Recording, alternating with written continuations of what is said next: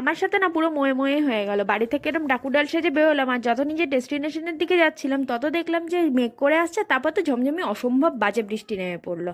আর তারপর আজকে ছিল একটা প্রমোশনের শ্যুট, তো সেটাই করতে গেছিলাম স্প্ল্যানেটে।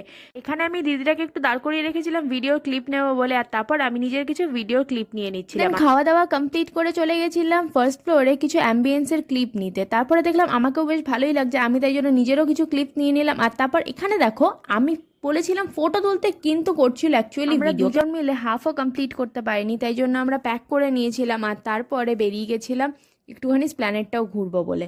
তো বেরিয়ে দেখলাম বেশ সুন্দর একটা ওয়েদার ছিল, আর এর মধ্যে সুইটকর্ন খেতে তো আমার দারুণ লাগবে। আর চোরের মন যেমন পুলিশ পুলিশ করে না, আমার মনও তেমনি ড্রেস করতে থাকে সারাটাক্ষণ।